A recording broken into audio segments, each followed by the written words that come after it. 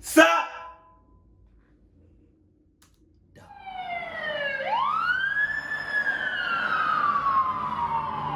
Right. Richard. Hey, Richie Rich. I work nights for the sheriff's department in Bergen County. I've been on the force for 2 years. I haven't seen too much craziness, aside from late-night drug arrests, a few robbery calls, and a few assault calls. Northeastern Bergen County is pretty low crime after all, so those are usually the worst calls I deal with. There was this one night that I received a disturbance call to investigate a scream that came from a house nearby. Usually a call like this would mean a domestic dispute, or even just something as harmless as people drinking and being too loud. I arrived to the house though, and I had to confirm twice that it was the correct house, because none of the lights were on.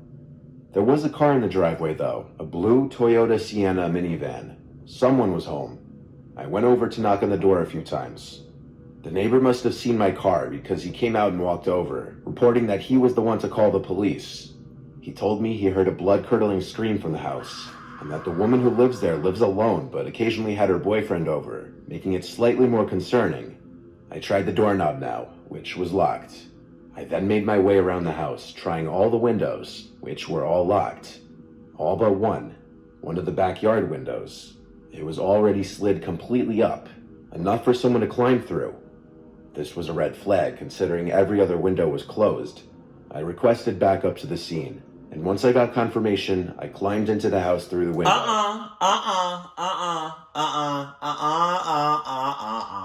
You get, once backup comes, and you see them mother cluckers with your own eyeballs, with your own eye sockets, with your corneas, then that's when you can step to the side and then let them mother cluckers go in there and they get clunked up. Unless the clunkness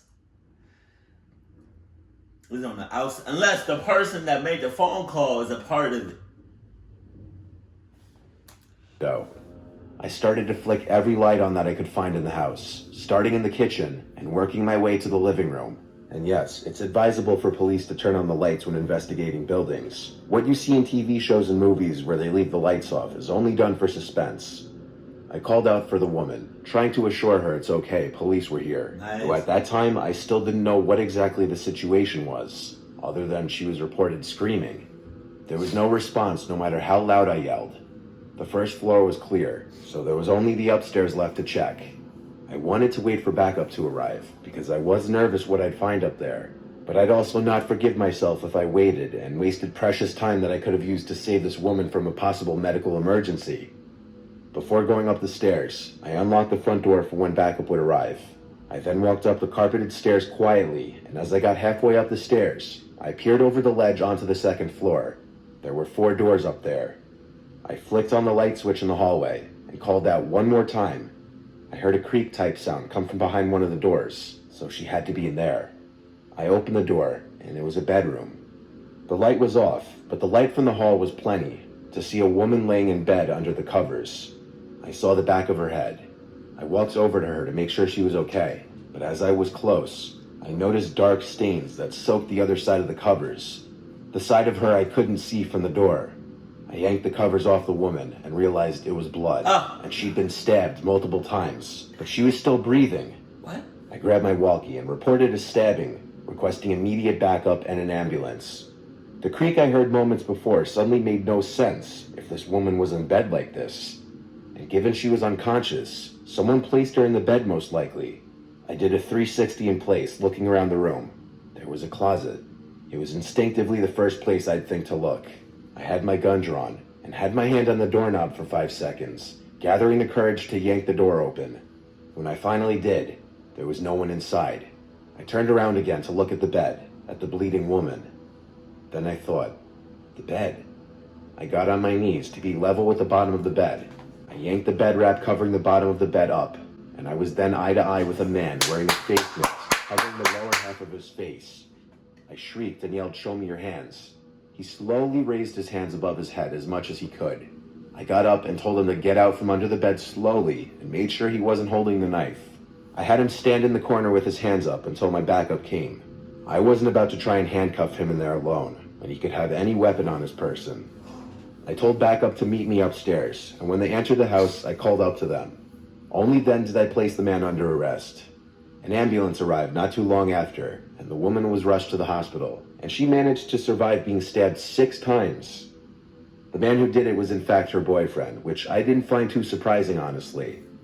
The man had found out that she cheated on him with his friend, and when he called her about it, she broke up with him over the phone, and this must have caused the man to snap. I'm just very thankful the woman survived.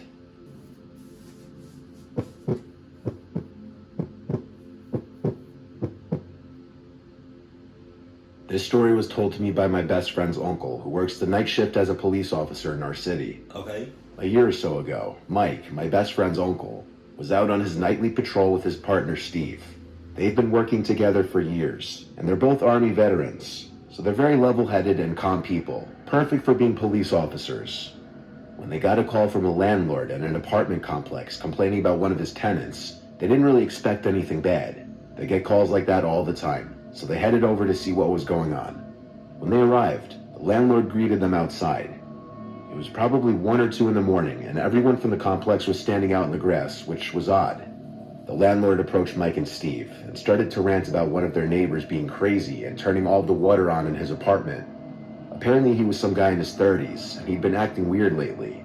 Mike could see that there was water seeping out from the front door to the place, and decided they had to go in and do a welfare check on the guy.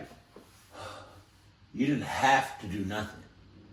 You didn't have to do anything. You chose to do something. No, talking about you had to do it. No, you didn't. I wouldn't. I would stay right there. What are you talking about? When they walked in, water was pouring down the stairs and clearly flooding the building, which meant that this water had to have been turned on for hours to cause this kind of damage. They climbed to the 2nd story and knocked on the door where the water was gushing out from. The landlord told them that the tenant's name was Adam, and so they pounded on the door calling his name. No one answered for a couple minutes, and so they decided to break the door down. When they did, they spotted Adam standing in his kitchen. All of the sinks, the shower, and the toilet from the bathroom, and a hose from outside were gushing water everywhere. Oh my God. Adam was standing there shaking. His eyes were wide, like he was terrified to move. Adam, what's going on? Are you all right? Mike asked while his partner Steve walked further inside to check everything out. Steve walked into the bathroom to turn off the water and to make sure no one else was in the apartment. Mike slowly approached Adam, who seemed terrified because he was shaking so much. He didn't even look at Mike as he approached. Again, he was asked what was wrong, and he finally stuttered out that there are people in the walls. Mike didn't hear what he was saying at first, but as he got closer, Adam started to hear it over and over, louder and louder. There are people in the walls, until he was almost screaming it, getting himself worked up. Steve walked into the bedroom next and was clearing the room when he checked the closet and noticed something as he turned on the light. There was a very faint line that ran across the wall. At first he didn't think anything of it, but then he heard what Adam was screaming, and a sinking feeling hit his gut. The more he stared at it, the more he realized that the line was in the shape of a door cut out of the wall. It clearly wasn't meant to be there. Mike was about to lead Adam out of the apartment when Steve suddenly called to him, "You better take a look at this." Mike went into the other room to see Steve pointing his gun at the wall in the bedroom, clearly freaked out.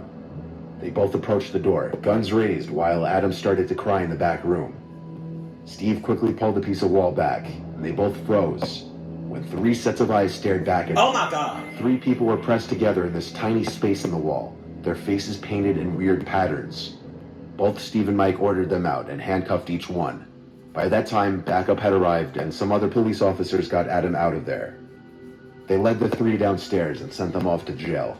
Mike and Steve were deeply disturbed by the whole exchange. It was only made worse when a couple months later, they found out that the 3 people on the wall were from some crazy cult out in the woods. They were trying to get Adam to join them. They preyed on him because they knew he had a past history of being mentally unstable. They were trying to scare him. He turned on all the water in an attempt to flush them out of his own home. To this day, Mike and Steve say that this was the most disturbing call they have ever been on. God damn. I'm sorry.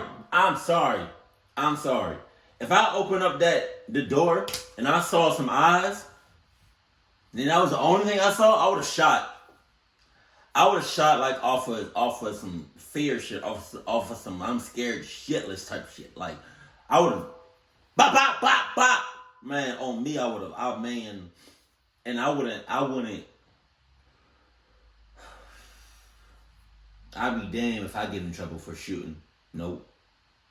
I was scared. It's a pitch black. It's pitch black. And all you see is eyes.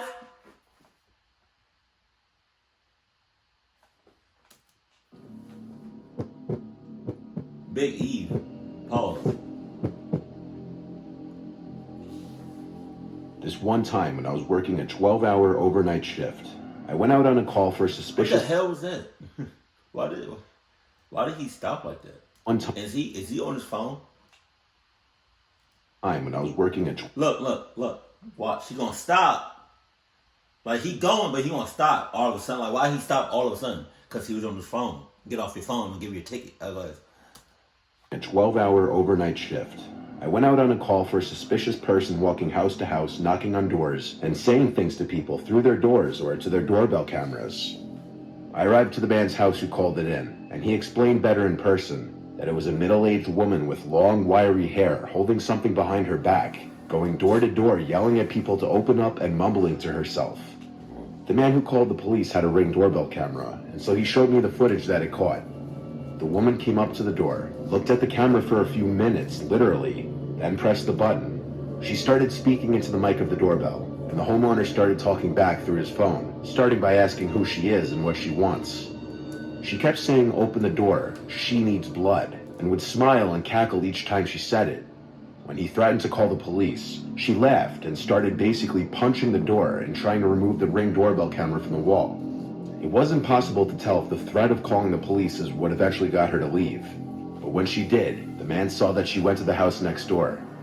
This was when he actually called 911. The footage was absolutely bone-chilling. It was like a scene from a scary movie, and it wasn't possible to tell what she was holding behind her back because of the creepy way she backed away from the door to the sidewalk, still facing the doorbell camera the entire time. No. There were 2 or 3 other units on this now, driving around the area trying to find the woman. It was basically a mini manhunt now, and the description being used was possibly armed and dangerous woman. I checked the nearby houses on foot really quickly, then got back in my car and started patrolling the area as well. None of us could find the woman, and then we got a report of a breaking and entering nearby. Someone had called 911 to report that someone had entered their house with a weapon, and the caller was hiding in their bedroom upstairs. The caller also had a doorbell camera and was able to see the woman entering the house through the front door, but not before looking into the camera for a few moments again. I arrived to the house just about the same time as another unit. Entering the house was easy, as the front door was left unlocked, of course. We had to enter with caution, though, with guns drawn, because we didn't know how dangerous this woman was, or what she could be armed with. As we entered and the foyer was clear, another officer and I shouted that the police were here, and we ordered the intruder to come out with her hands up. Then there was a scream for help from upstairs. My adrenaline was rushing, as it does in any situation like this involving armed suspects. We ran up the stairs and followed the screams for help. They led us to the master bedroom. The husband unlocked and opened the bedroom door as we got upstairs, the husband of the couple sitting and hiding in there. They hadn't left the bedroom since the woman had entered the house, and they said she had been clawing and banging at the door only a few minutes ago, and that they... You really gotta be on some shit. You know what I mean? Or like going through something. That was weird. I'm looking over here or whatever. I'm looking right here or whatever. But then out of my peripherals, I see like a flash of light. Sucks. No, but like you really gotta be on some shit to be clawing at a door. I can't. Oh, God. And then it's like it gets me like I don't know how to explain it. Like I get chills like all over my body when I even think about clawing at something, especially like a door. Oh God, it's like that feeling that you get when you claw or you hear somebody claw at a whiteboard or something, or like at a chalkboard, or like at the wall. Oh God. You gotta go on some shit to do that. I'm sorry. That they didn't hear her leave, let alone even go down the stairs. We had to check every other room in the upstairs for her, and in one of the corner bedrooms, in the pitch blackness, we heard a cackling sound. Not being able to see her, but to hear her, was downright spine-chilling. Pop. I flicked on the light to the bedroom. She was there, sitting on the bed, already looking at me and smiling. She had a huge knife in her hand, and there was blood soaking the bed sheets that she was sitting on. It was her blood. She had just cut one of her wrists. God. She started saying exactly what she was saying on the first guy's doorbell camera, that she needs blood. We didn't know who she meant, until noticing the little doll sitting between her legs. Oh my God. It was a little girl's doll, covered in the woman's blood. We yelled at her to drop the knife with our guns drawn on her. She just laughed and kept saying what she was saying. There was clearly something very wrong with her, and reasoning with her didn't seem like it would be possible, but we tried anyway. I asked her, who is this she keeps referencing, and tried to talk nice to her, saying she doesn't have... Man, you better stop talking. Why y'all doing all this talking? Y'all got a couple of options, to be honest. Y'all got, 1, haul ass like a mother clucker. 2, tackle her. 3, shoot her. Dead or not, shoot her or not dead. I don't care. Anything is better than just talking to this mother clucker. Doesn't have to hurt herself or anybody else, and that we're there to help her. My ass. As she continued to stare at us, mainly at me, and laugh and keep muttering barely understandable sentences, I got increasingly nervous. I had my gun aimed at the giant knife in her hand, contemplating shooting it out of her hand, considering if that was a viable, safe option. But neither of us were expecting what happened next. The crazed woman sprang off the bed and made this growling sound as she was about to lunge at me and presumably attack me as her knife was raised in the air. I reacted the only way I could in the moment, and I shot at her twice, both times hitting her in the arm, as even though I was still trying to have my sight aimed on the knife, I wasn't expecting her to just jump up suddenly. She dropped the knife and started to scream and cry as she grabbed her arm. We took this moment to subdue her and place her in cuffs. We had to get her an ambulance immediately before she'd bleed out. From the hospital, she'd later be transported to a local jail, and she was later found not guilty on all charges by reason of insanity. My ass! She's currently a patient at a mental asylum in my city. The horror that every party involved in this incident had to go through was unimaginable.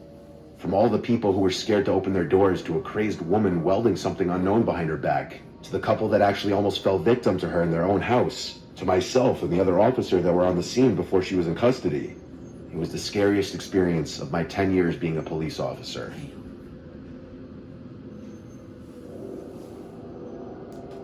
Oh my God. See, again, I cannot be a police officer. I cannot do it. I won't do it. Because I'd be damned if I go to somebody. I'm just too much of a big to be like, to just bust open the door and be like, police is here! Ah! Like, I'm not about to go in there. I'm not about to go in there like, I'm definitely not about to go in there first. I'm not. Even when the backup comes, I'm going to be like, either in the back of the line or I'm going to stay outside next to my cars just in case, you know what I mean? Clock shit just go crazy. I can just hop in my car and drive off. Cause cops be going through the most each and every day. Kudos to them. But damn, Jesus. Keep it cool, keep it classy. And I love you, stay happy, my family.